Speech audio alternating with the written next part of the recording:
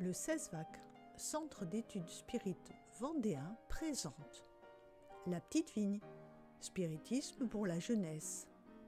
Épisode numéro 25.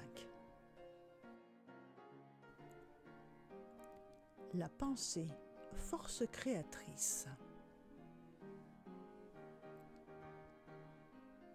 René Descartes a dit « Cogito ergo sum », je pense donc je suis. Je suis ce que je pense. Ce n'est pas pareil. Tu veux comprendre ? Alors, écoute.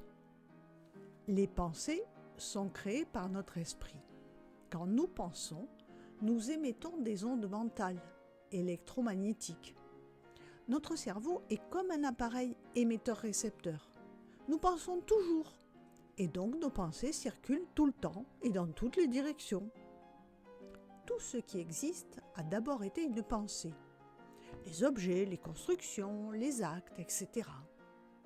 Le spiritisme nous explique que l'espace universel est rempli d'un fluide appelé fluide universel. Et ce fluide universel est le véhicule de la pensée, tout comme l'air est le véhicule du son.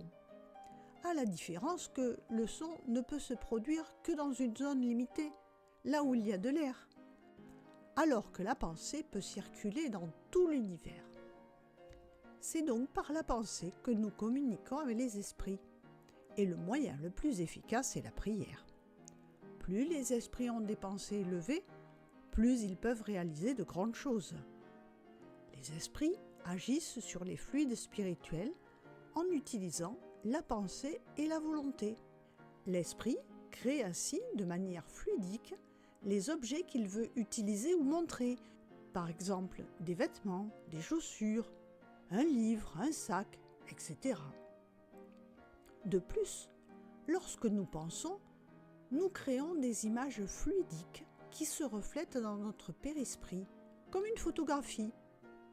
Si l'on pense à un beau paysage, par exemple, ce paysage se dessine comme dans un tableau et peut être vu par les esprits.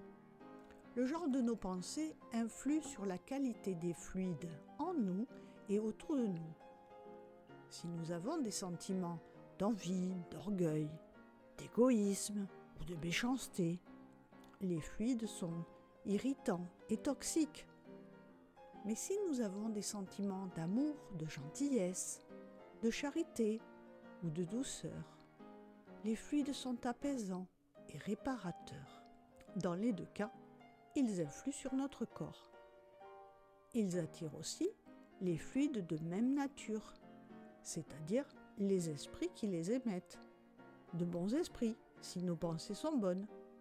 Des esprits moins évolués, voire mauvais, si nos pensées sont mauvaises et si nous entretenons ces mauvaises pensées. Ainsi, notre esprit agit sur les cellules de notre corps physique. Par conséquent, cultiver de bonnes pensées fournit de bonnes énergies qui équilibrent et gardent notre corps en bonne santé. Avoir et garder de mauvaises pensées cause des perturbations et des maladies. C'est pour ça que nous sommes ce que nous pensons.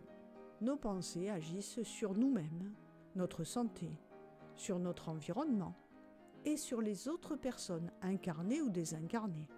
En comprenant cela, nous pouvons faire beaucoup pour améliorer notre vie.